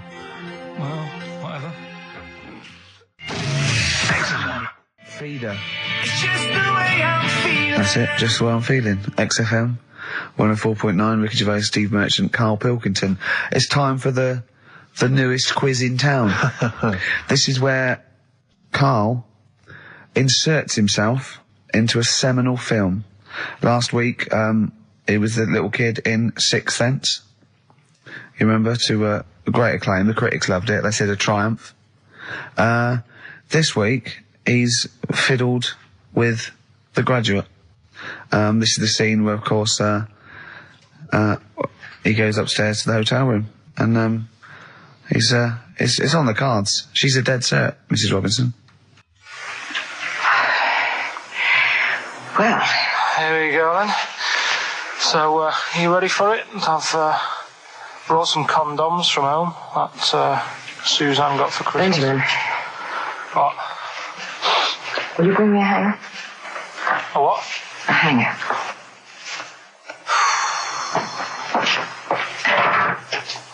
Tell you what, I've got wood. What? Just saying, I've got wood. I've got metal ones as well. What sort do you want? Either one would be fine. All right. There you go.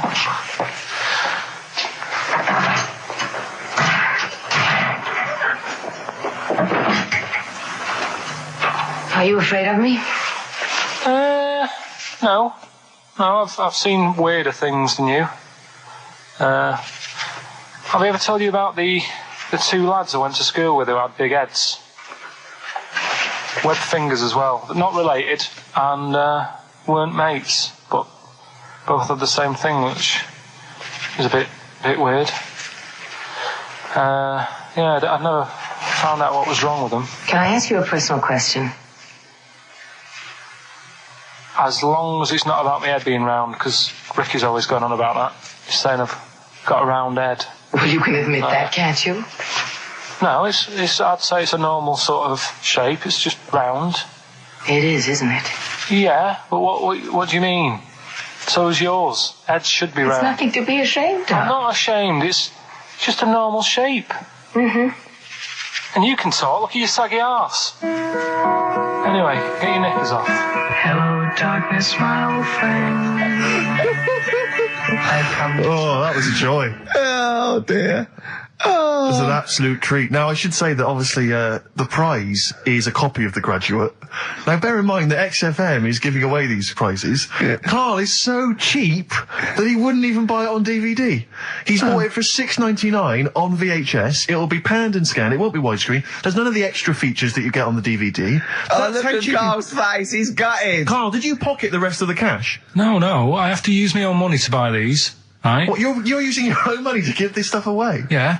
So I had to go and buy that. XFM is so cheap, I understand. Right? I know. And it's not worth having it on DVD, is it? 'Cause Why not? It's an old film, so... So the quality is like, do you know what I mean? They can't really tidy it up. Of course they can. They do it from a print. They don't do it from the video. They don't get the video and go, let's make it into a DVD. An old Betamax copy that someone had knocking about. Well, anyway, you it's the same film, though, isn't it? Fine, okay, well, you're right, yeah. But anyway, you can win $6.99's worth of The Graduate. The question, and it's email only, Steve, it's not Steve, it's ricky.gervais@xfm.co.uk. The question is, name the actor that Karl was taking the place of in the film, and of course the actress that he's performing opposite. ricky.gervais@xfm.co.uk. Lovely. Do I play something from there? I would love to. It would seem appropriate. Yeah. Dear Mr. Simon and Mr. Garfunkel, please, let's not have the sound of silence. Let's have some more beautiful music. Get that together, please, quickly. That's XFM. I think you should do every single link on it. It's the best bit of the show. That's on XFM 104.9. Are we going to have time to play the clip again before, before 2 o'clock, let's say? Are people not listening to the question? Is that what you're... Some people are not listening to the question. Oh, dear. Okay, we'll play it again at about 2 then. And personally, any excuse to hear it again, because I thought it was I think Karl should go out and get the DVD. I think it's embarrassing to give away the Yeah, VHS. you have to get it. You have to go out and buy the DVD later. Carl, on the DVD, it's got a booklet, it's got an audio commentary, it's got behind-the-scenes features, and it's got this pristine widescreen version of the film. You've got some cheap $6.99 version. Yeah, and on so VHS. because you were being mean, because it was your own money, you're gonna have to waste that now because no one wants it. So it's gonna cost you twice as much as it would have done if you just got the DVD the first time round. A valuable lesson learned. Yeah. Have rewound it. There's a penalty if you've not. No, you haven't rewound it. Go and get the DVD later. They're going to win a DVD. No, I looked at the DVD and it was 18 quid. I'm Go not and paying get 18 it quid for and claim it back. No, you've got to wait. What a cheap station this is. It's outrageous. I mean, Well, do you want to go on with the other prizes with what we're giving away later? What is this for Rockbusters? Well, we don't give away prizes, we throw away prizes. Yeah, it's cleaning out some drawers at XFM. Go on. I'm just having a quick look through before I... Because we've sort of revamped Rockbusters a bit. There's that extra bit in it now, and that audio bit. You're selling it, your big sell. Oh, we're not going straight into that yet, then. There's a DVD. There's a DVD there. What's that? I'll go through them later, Rick. I just need to absorb it. Don't get excited, mate. So, who did Karl play in the clip? What actor's place did he take, and what actress played opposite him? That's Ricky.Gervais. XFM.co.uk. Sure. Brilliant. Yeah. Is that it then? What we got coming up? We've got some... Play a bit of Coldplay. Let's have A bit it. of Coldplay, be right? Coldplay. Yellow on XFM 104.9. Get it on DVD. It's an embarrassment. £7 worth of old video, pan and scanned. I bought it now, that's what they're getting. Right. He's put a downer on it. All the work, that went into that, and then just gonna fob them off with a bit of old celluloid like that. Well, listen, still to come, right? We've got the monkeys thing. Oh, chimpanzee that. And when I was out last Sunday, right, at Johnny's birthday party, Yeah. Steve was there. Yeah. Got talking about stuff. And a debate that we didn't really finish cropped up. It blew your mind, didn't it? Amazing. Oh, I know about this. Steve told me. This is the infinite amount of monkeys. Or a monkey with a typewriter and an infinite amount of time would eventually come up with the works of Shakespeare. Yeah. There was no debate. It's a philosophical, mathematical problem. There's no debate. It's true. It wouldn't happen. No, listen, Carl, listen. Infinity sorts it all out for you, right? An infinite amount of monkeys at a typewriter, right? They do everything. They type everything. Infinity just sorts it all out for you. There's no getting to it and they're going, oh, well, let's have a look what they've done. This one's come close. Did Romeo and Juliet. It would do it all. It would type everything ever possible, conceivable. Yeah, but... It's a mathematical... Well, infinity we've heard your side of the argument, Rick. And I'll be honest with you, it's a persuasive one. But let's hear Carl, because he heard about this in a pub last week. Yeah, so what's he's got some strong What's your problem with it? What's your problem with it? Well, first of all, right, you're saying it's a load of monkeys. It's not just one monkey that Depends. can live forever. No, wait. It's either a chimpanzee with a typewriter with an infinite amount of time. He would eventually, by definition, mathematically, type everything ever possible, okay? Or it's an infinite amount of chimps with typewriters, and one of them will type it first time. But already that's not right. You either need to have What do you mean? monkey. What? You mean Let's hear his employment point. laws? He What do you mean can't- it's not right? Let's hear him out, please. If it's one monkey Yeah. with a typewriter that's got loads of ink in it and that, right? At least it knows what it's done in the past. It's not... Keep going. Crime. If you've got a load of monkeys, it's like if you have too many. What's that saying about too many chefs? Too many chimps spoil the soup. Right. Well, it's the same thing. It's like, well, I didn't tell you to put salt in it. I was going to put salt in it, and it messes it up. Whereas if it's just one, they know what's gone on. So what I'm saying is, just leave him go. I can't be bothered. I want to hear. I want to hear the rest. This blows my mind. He doesn't know what this does to me. It's a mathematical problem. I want to hear the rest. well, it's just I just don't think it will happen. What do you mean you don't think it'll happen? Infinity works it out for you by definition. Well, what's stopping them typing the same thing again? They would. In fact, the problem should be if you had an infinite amount of time that it would type. It works for Shakespeare an infinite amount of times and everything else an infinite amount of times. But that's not as. But not Shakespeare. Oh, shut up, you idiot! Rick, do you know what he said to me? I said to him, I explained it to him. I said, you've got an infinite number of monkeys, infinite number of typewriters. They will type the complete works of Shakespeare. He said, have they read Shakespeare? You're an idiot! Play a record. said, no, I'm not having this they're not conversation. doing it from I'm not memory. having it. I'm not having it because it really, really winds me up. But you're saying they'll do it with no spelling errors. Well, they do it an infinite amount of times.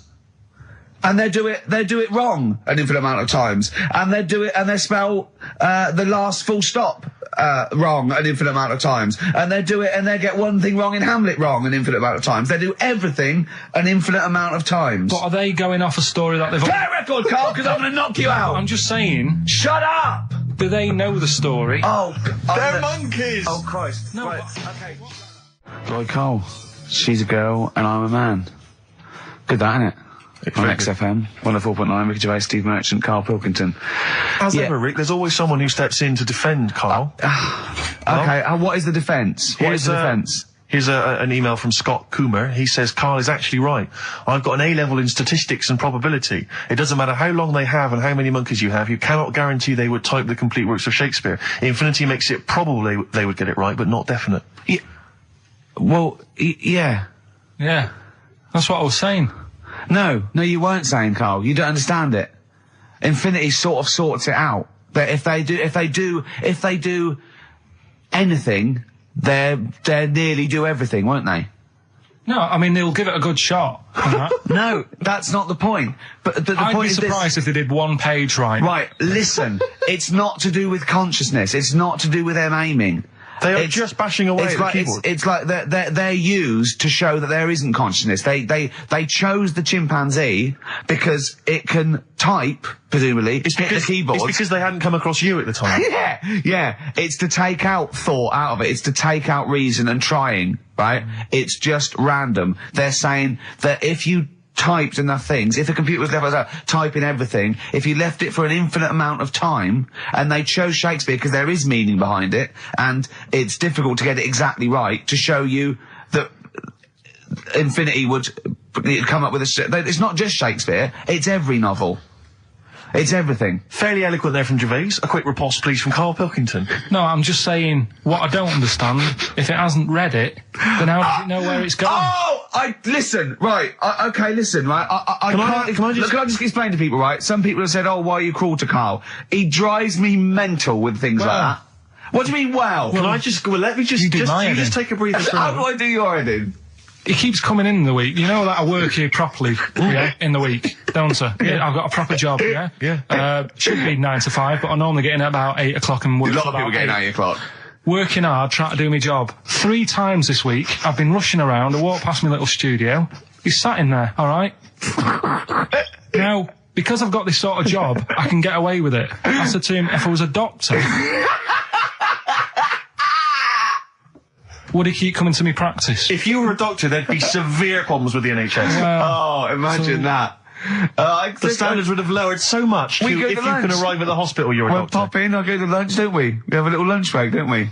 I go, come on, let's go now. He goes, I'm busy. I go, come on, let's go now. He's going, no, you're doing me head in. Well, when I was talking about the monkey conundrum with Carl, he said to me, right, if I had a day off work, and I was, say, watching the TV, and with one hand I was typing a typewriter, would I type Shakespeare? I mean... Yeah, but you see, there's certain things. We were talking a little bit about this stuff the other week, weren't we, when we said, you were going on about Einstein, and I said he's not that good. E equals MC squared. It sounds good, but I've never used it and that. Right? I've never used it! You haven't used 2 and 2 equals 4, Carl! The fella with an apple fell on his head. It could have been anyone sat under that tree. Do you know what I mean? It's just annoying. Lucky. And it just happened to be a genius. Newton gets all the credit for his laws of the universe. Well, other people were working whilst he was having a lunch break under the tree. So in a way, it's like he didn't deserve to have that success story. Again, forget the apple and the tree and whether he was sitting down having a lunch break. It's totally irrelevant. Yeah, but what I'm saying is there's certain things that will just happen. It's like, I think we were talking, when we were out eating the other week, we were talking about Noel Gallagher. Well, this is the reason the monkey discussion came up, right? Noel Gallagher... I don't know what to say. I don't know what to say. Rick, I don't want to misquote Noel. I'll be like Herbert Lom in Clouseau. I'm going to get a twitch whenever he opens his mouth. I don't know where to start with some of his statements. Well, as I say, this discussion began because we were talking about a quote that Noel Gallagher supposedly gave. Now, I don't want to misquote Gallagher, but the gist of it was that he said, had I written Wonderwall or whatever, instead of the Beatles writing Strawberry Fields or whatever, I'd be the one that was considered the great songwriter and it wouldn't be the Beatles. You know, it's just the fact that they came first that meant that they get all the credit as being the greatest band. I don't know where to start with that statement either. I mean, that's Gallagher's thing, and he's, you know, well, whatever. We know what we think of that. What was your point, Carl? You agreed with him, didn't you?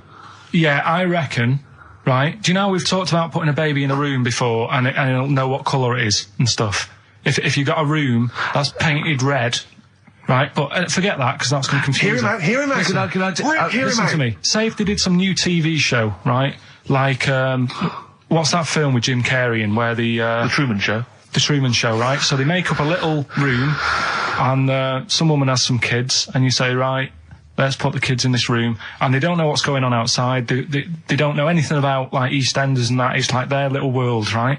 They don't know anything that's gone on. How could a child survive without EastEnders? Right, listen. So, you sat in the room, right? And then, when they're all asleep... Right, wait for this bit.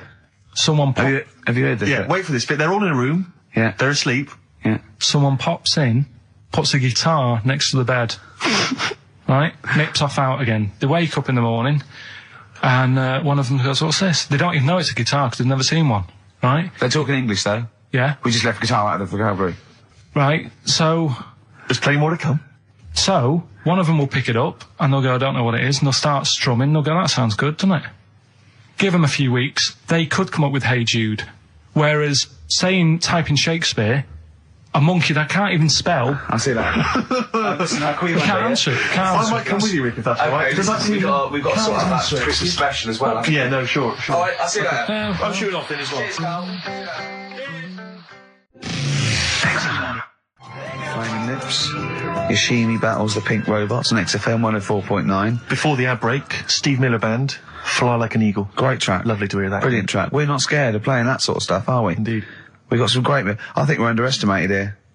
People think we're just like, you know, two guys and a buffoon in a room. But we're so much more than that. We try and put together a whole package for them, don't we?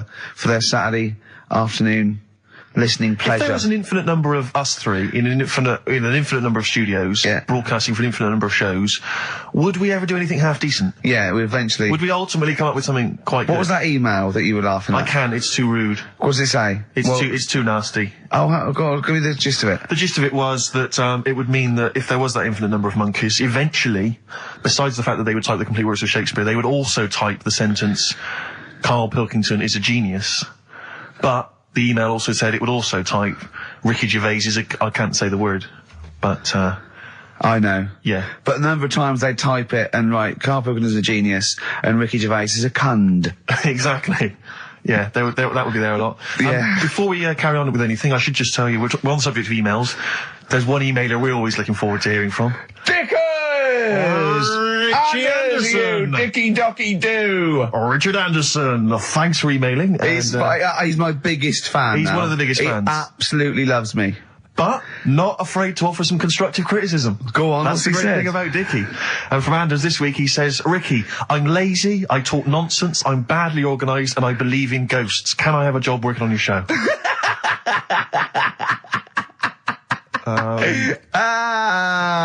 Possibly, Anders. Maybe send in a CV. Or email a CV. He's put a little bit of all of us in that, hasn't he? Oh, I'll ask him if he's a goggle-eyed freak, Steve. All right, calm down. Well, no, I didn't mean... No need to get insulted. No, I didn't necessarily mean you, did I? No need to get nasty. Well... I was thinking about that, actually, Steve. Oh, God. Just talking of the old... What? What? Talking of the what? No. Do you know, like... This better be good. No, you don't have that many girlfriends and that. What do you mean? Carl, why are we on this? I was defending you in the whole monkey discussion. Come on, what's your point? What's your point? No, what's the point? What's the point? I just was thinking... If there was an infinite number of Steves? You're an odd-looking fella. Come on, Carl, get to the... No, I know that. I've told you that loads of times. What do you mean, you know I know that? Well, there's no point pretending anymore. Steve, I'm flabbergasted. But also, you don't like spending money, right? He's mean and weird looking. Valentine's Day. Are you sort of, you know... You've got to love him now, haven't you? What are you happier with? The fact that no girls like you enough, right? This is really mental. Or are you happy because you don't have to spend any money on a card for someone? A little from column A, a little from column B.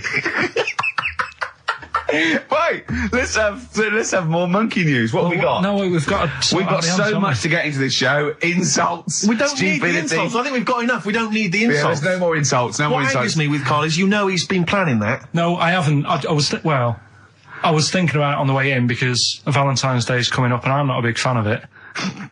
Condoms? You bought your girlfriend a box of condoms for Christmas. I don't think you can have a go at me. To be fair. No, but I don't just treat her on Valentine's. I'm always... Do you know what I mean? You don't even treat her on Valentine's. You don't even treat her at Christmas or on her birthday. When do you treat her? Hang on a minute. Wait a cotton picking minute there. Oh, why I order. Wait a minute. What's that? Tiffany dog. I treat your girlfriend better than you, and I've only met her twice. I took her out last night and she enjoyed herself. Where'd you go? Until she had to write the check. Where'd you go? To a chippy. A really... No. Play a record! It was a chippy? No, a really quality one. Right. Oh, God! Under a fiver for two. Oh, nice wrapping. Not newspaper, greaseproof paper. And bread. Ash, and sometimes on XFM 104.9 I'm Ricky Gervais with me, Steve Merchant and Karl Pilkington. Right. We've got so much to get through. Alright. London's shit, innit? Sorry. Shouldn't swear. On air, my studio. Never swear on an on-air studio. Yeah. Apologies. Not really swearing, is it? I'll tell you what swearing is. Yeah, Graduate. You're going to play that again and give a winner. Give a winner. Well, let's hear it. So it's Karl Pilkington featuring in The Graduate. Yeah. Yeah. Well, here we go then. So, you ready for it? I've brought some condoms from home that Suzanne got for Christmas. Benjamin. What? Will you bring me a hanger? A what? A hanger.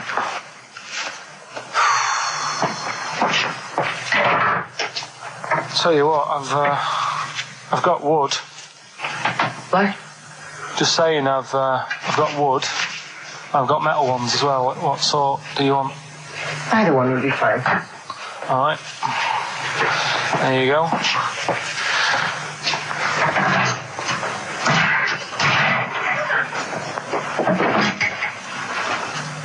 Are you afraid of me? No. No, I've seen weirder things than you. Have I ever told you about the two lads I went to school with who had big heads? Webbed fingers as well, but not related, and weren't mates, but both had the same thing, which was a bit weird. I'd never found out what was wrong with them. Can I ask you a personal question? As long as it's not about my head being round, because Ricky's always going on about that. He's saying I've got a round head. Well, you can admit that, can't you? No, I'd say it's a normal sort of shape. It's just round. It is, isn't it? Yeah, but what do you mean? So is yours. Heads should be round. It's nothing to be ashamed of. I'm not ashamed. It's just a normal shape. Mm-hmm. And you can talk. Look at your saggy arse. Anyway, get your knickers off. Hello, darkness, my old friend. Oh, dear. A classic, an Oscar-winning classic. Oh, Karl Pilkington in The Graduate. But what was the question, Steve? The question was, which actor was Karl Pilkington taking the role of? Well, that's easy. Everyone knows which actress that. was he performing opposite? I know that. And the answer's Ricky? Hoffman. Mm-hmm. And Bancroft. Anne Bancroft, Dustin Hoffman, and the $6.99 VHS cassette is going to Laura Gomez because she says that she'd be happy with the VHS, not the DVD. So, best of luck to her. I hope she enjoys that. All right. Yeah. What we do next week? I've got loads of. I quite like hearing Karl in a sort of seductive environment. It gives you another insight into him. It gives you another dimension. I know. E.T. it is then. Exhibit X. and the track X. Have you seen 8 Mile, really? I really enjoyed it. You'll notice Exhibit makes a little cameo in there. Yeah, and that last bit, that wrap off at the end, it was lovely. It was just like, it was like Rocky or something. Shall we have a wrap off maybe next week? Yeah, the three of us. Yeah. Let's try and master the art of talking civilly to each other first before we start making it rhyme. Rockbusters, Carl?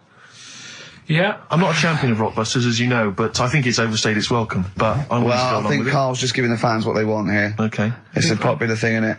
Got some good prizes. The press are behind it. Let me tell you what the prizes are. It's a dance music compilation, Cream Trance Anthems 2003. I play a lot of trance on the station. I put that on quite a lot and danced to it myself.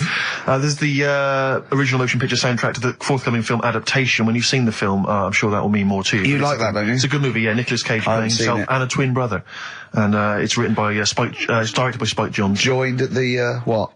No, they're not joined at the hip at all, or at the face. And we've also got the best one-hit wonders album in the world ever. What have we got on there? We've got things like The Crazy World of Arthur Brown, brilliant. Nana, 99 Red Balloons. The Rembrandt. In fact, it kicks off with Nana. Sure. That's followed up by I'll Be There For You, the theme from Friends by the Rembrandts. Yeah. And of course, Breakfast at Tiffany's by Deep Blue Something. Brilliant. Deep Blue Something. Is that the worst name ever? I think it possibly is. No, Sixpence None the Richer. Sixpence None the Richer. That's a pretty bad name. Okay, again, I know we've got a lot of chill-out fans who listen to us. So, the best chill-out album ever. Yeah. Bear in mind, of course, all these prizes collated by Carl from, I guess, people's drawers. Yeah, look in your drawer.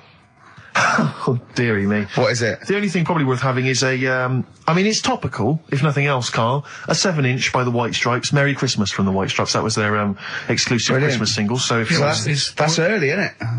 You get that. It is worth a lot of people have got to wait 11 months before that's released. Yeah. Or is it last Christmas's? Exactly. And I have never heard of this DVD. Go on. I like to think of myself as being fairly familiar with TV and films, but I have never heard of Stephen King's Rose Red. Welcome to DVD. A place evil calls home. And it's on DVD, it's certificate 12, so don't imagine anything too shocking.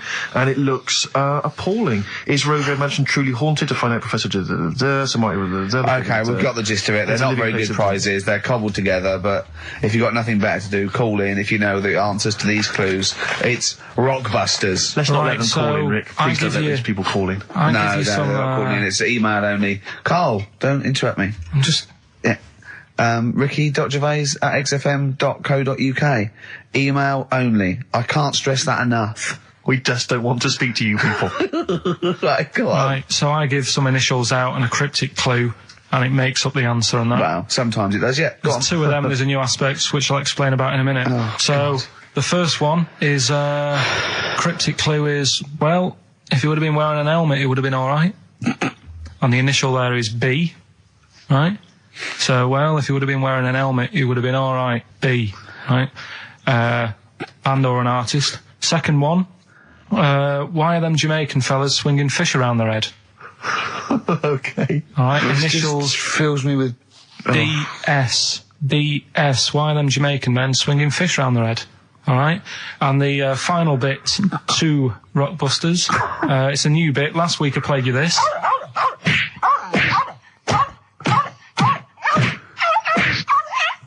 His face goes along with it. That's someone beating up a dog. That was Smack My Bitch Up, right? So here's some sound effects and that, and they make up a song. I can listen to him talk all day. Let's have a listen to the effects.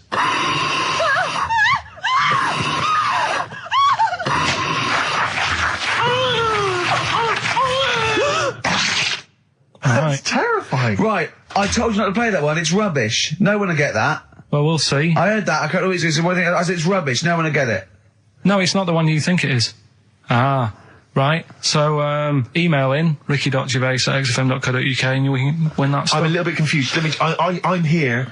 I've heard what you're saying. We've discussed this in the past. I don't know what's happening. What's that? Is that a clue? That's a cryptic clue. That's screaming to a song, is it? It was screaming. Well, don't say it. It should stand up by itself. Don't give them any clue. Hang on a sec. So this is the name of a song. It's not a band or an artist. Yeah, that's so the first two are bands or artists, and the last one is the name of a song. I said we should abandon this. I said we should just pack it in. What, the show? Yes. Come on, someone talk. I'm looking at his face. His headphones are too loud. Instead of turning them down, he's just grimacing, going, these are too loud. I don't understand it. Yeah. How have you lived this long? How did you make it to 30 without getting squashed or eating something deadly poisonous? I told you I used to choke a lot. We've had an email from... placebo, the bitter end. We've had an email from Andrew Forrest, who has just simply entitled it Karl Pilkington. Oh, Karl Pilkington. What do you think of that? That's got to be your new name from now on. I had a mate who used to use it. What, he used to call you that? Yeah. Was that your nickname at school, Pilkington? No, it's not my nickname. It is now. No, it's not. It is now. Pilkington. Pilkington. Oi, Pilkington. Oi, Pilkington. Pilkington, do my homework. Where do you live? Where do you come from? Pilkington? No, there's this lad who called Mark, right, who used to go to school with, who used to call me that. And his mum, right, was like obsessed with cleaning. And I was never allowed in their flat. He makes the place look untidy. So she used to, I don't know if it was just me or all his mates, but I used to turn up and she goes, yeah, he is in, but you know what you've got to do? And he used to have to go round the side of his flat, and he had a computer, right, which he used to play. I didn't have one at that point, but he had one. And he used to have to go round the side of the flat and stand at his bedroom window with his window open, and I'd be sort of leaning in playing the game. You are joking. I'm not, his mum. You had the weirdest upbringing I've ever heard. The things you were willing to do. It's the strangest. What is this town like? No, I stopped going once. Was there always music? Right? There's the horse in the house there. Oh, look at these two kids with big heads and webbed feet. All right, Ronnie. All right, Reggie. What was it like? She was obsessed. It is like you've grown up in a cartoon made for children. Yeah. No, his mum was really obsessed with cleaning. When Can I play through his window? I used to... Mrs. Ramsbottom, can I play through Mark's window? Aye, you know what you have to do. She used to be up till about 3 in the morning. Pilkington again. Have you washed your hands? What, up till 3 in the morning? She Washing? used to be up doing the tiles in the kitchen. Washing until 3 in the morning? It was at 3 in the morning. And for ages and ages, that saying that out on the tiles, I used to think that came from, like, his mum. Because she was out, like, cleaning them late. So, till I was about 13, I thought that saying, out late, on the tiles... Yeah. Was... And now you're not confused by anything. Well... There's no misunderstandings in your life now, is there? So he was allowed to walk in and out of the house, was he? Oh, he was alright, and he used to come round to ours a lot, and my mum used to get these pies from Hagenbach's, right? So... I don't know what that is. It's at that bakery where they used to chuck the cakes out the back, I'll tell you about. Yeah. And you ate six? He loved it, but I could never go round to theirs, or if I did, it was like, well, yeah, he is in, and I'd go, alright, and then I'd walk round the side of the flat. Stand outside. Why did you ever knock at the door? Why don't you just go around and knock on the window? Just to check he's in, because he wasn't always in his room. If he was in the lounge, he'd have to go to his bedroom, and then that's where he'd meet you. This is the strangest. And you'd play a computer game through the window. You say it was a flat. It wasn't like a 5th story one, and you had to get in one of those kind of cleaning contraptions and, like, winch your way up. I love the idea of that. So, oh, Pilkington.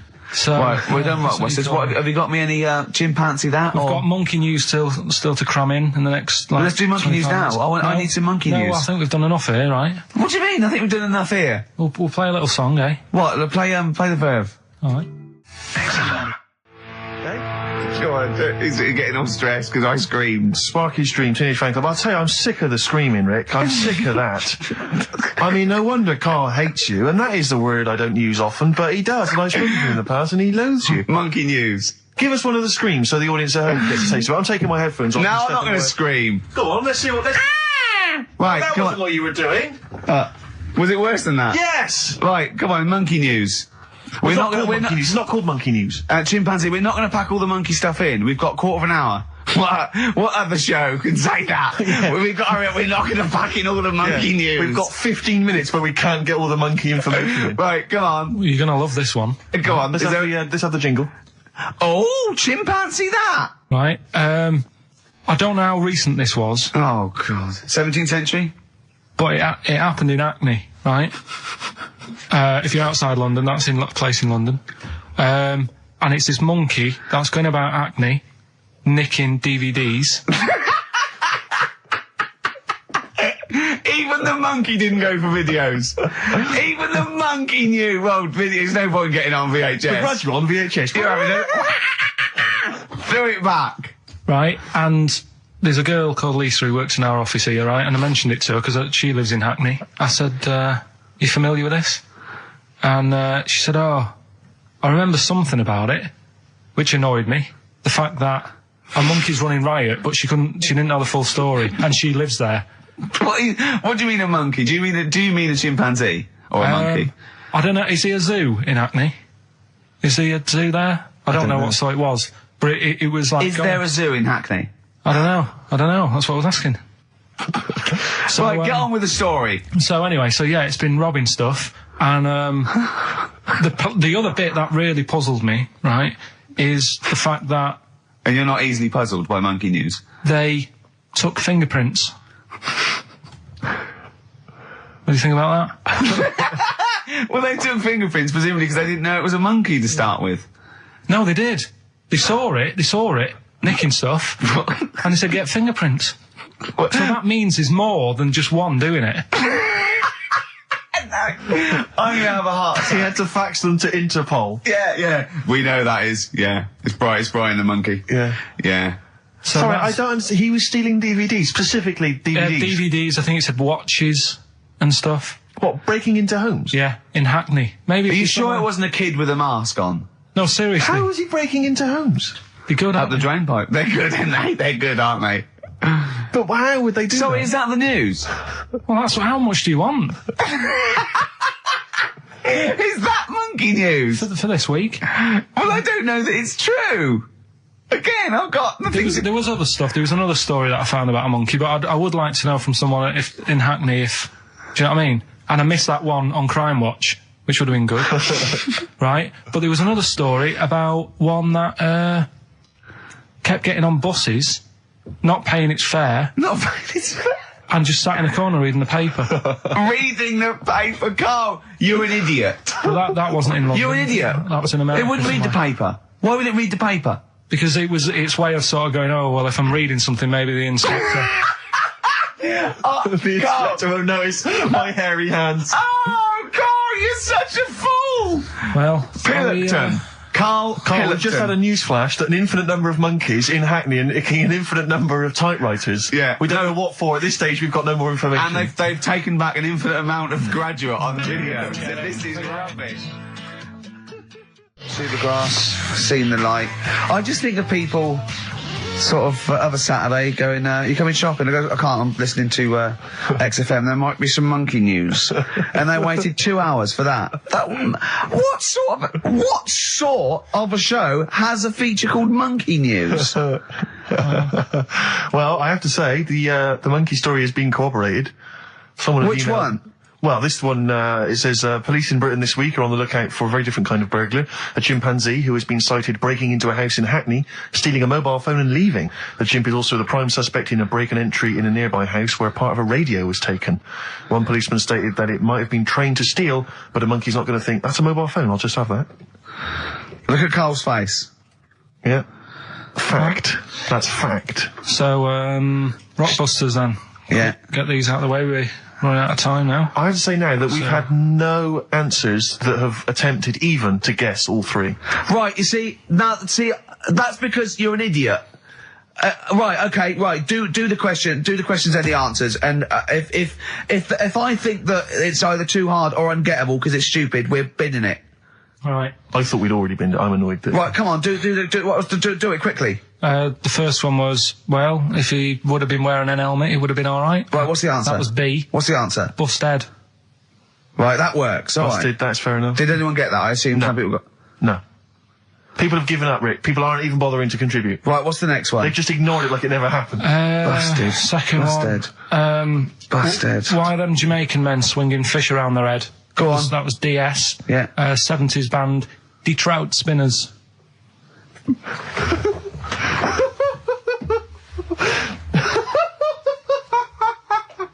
The Detroit Spinners have become the Detroit Spinners.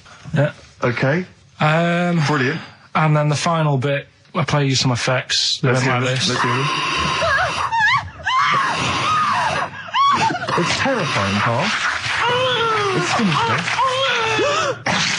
Well, what's happened there? What was happening? No. What's the answer? That was born slippy. The woman was having a baby. The doctor tried to grab it. It fell onto the floor. That's in your head, Carl. That's just a load of screams. That's and in noise. your head. Oh. Do you know what? I haven't even got onto Born Slippy. I'm still on Big Trout Spinners. Well, let's put a song. That's it. I don't know what to say. Beef, a song for the ladies, surely. Did anyone get any of those? Let's end with Nick Drake and the Beautiful Riverman, and we'll see you next week. And hopefully, Born Blockbusters Slippy, will be Big Trout Spinners. ditched. Big Trout Spinners. Well, don't keep saying